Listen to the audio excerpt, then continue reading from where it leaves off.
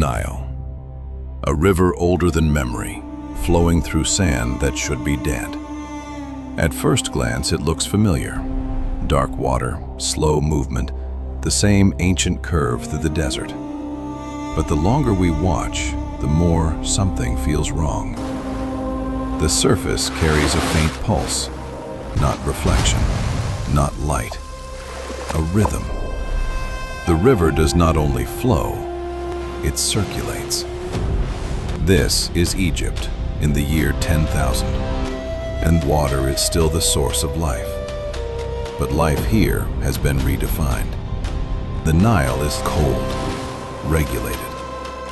Beneath the riverbed, vast conduits pull heat away from something far larger than cities. The Nile is no longer a natural miracle. It is a supercoolant, an engineered artery carrying thermal load away from the planetary core of civilization itself. Ahead, the desert resolves into geometry. The pyramids rise from the sand, but they are not stone. They are translucent, sapphire-toned structures, threaded with gold and carbon lattices, extending miles into the upper atmosphere. Their surfaces do not erode. Their edges remain mathematically precise. These are not monuments to the dead. They are planetary CPUs. Each pyramid functions as a liquid-cooled intelligence core, processing climate, agriculture, infrastructure, population flow. Together, they form a distributed mind, a planetary operating system. The Great Pyramid is no tomb. It is the master server, synchronizing the entire system through solar alignment. The desert around them is no longer barren. Every grain of sand has been modified, infused with nanotechnology. The Sahara has become a continuous glass solar farm, harvesting energy at continental scale. Heat is not an enemy here. It is fuel. Energy moves without wires. Obelisks rise across the landscape. Climate towers broadcasting power through the air, tuning wind, rain, and temperature with precision. Weather is no longer endured. It is administered. The atmosphere itself becomes infrastructure.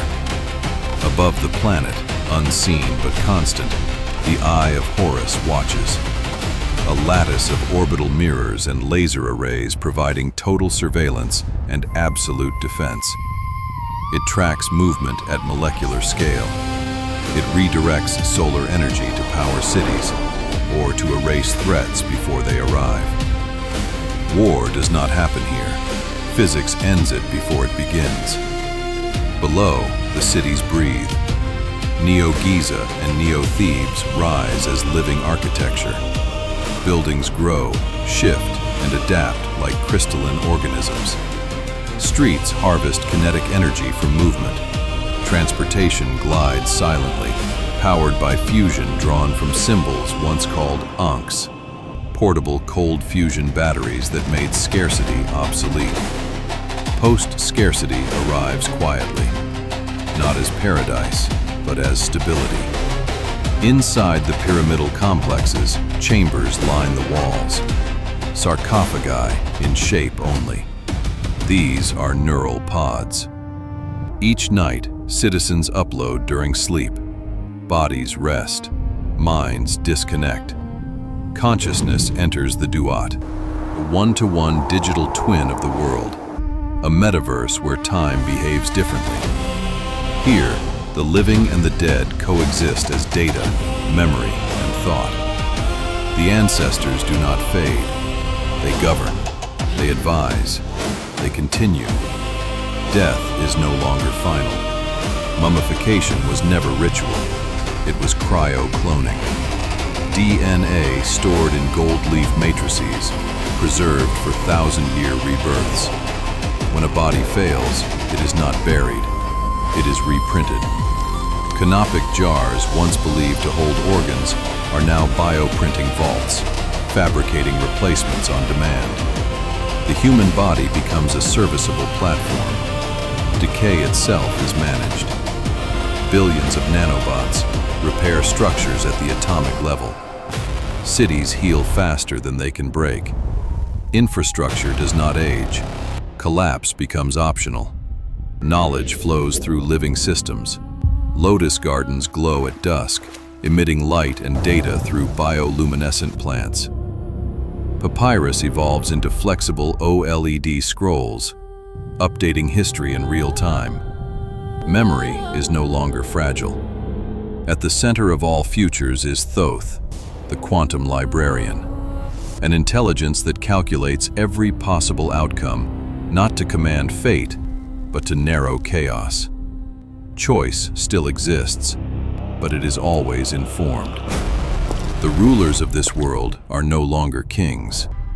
Pharaohs wear gold skin, not ornament, but nanotech armor, a living force field interfacing directly with the planetary network.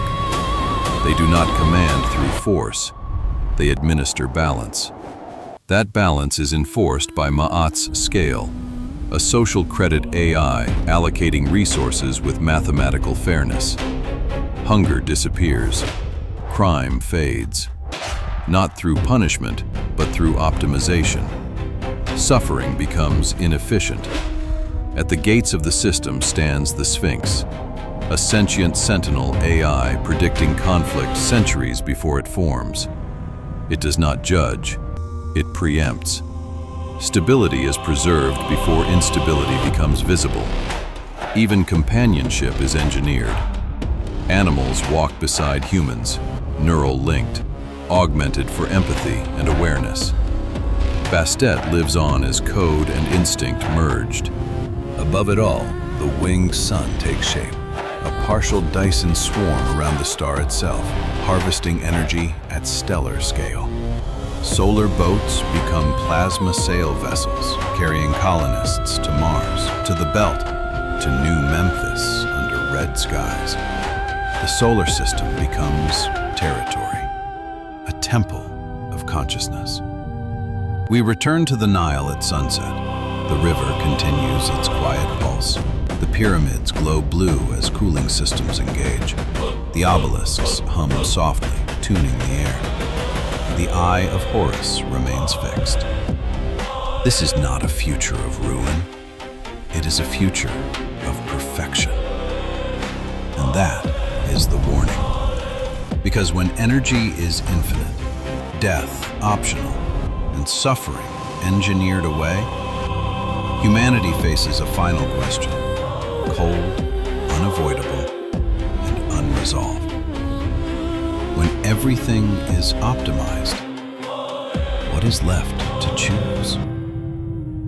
The Nile flows on, the system remains stable, and the empire watches itself forever.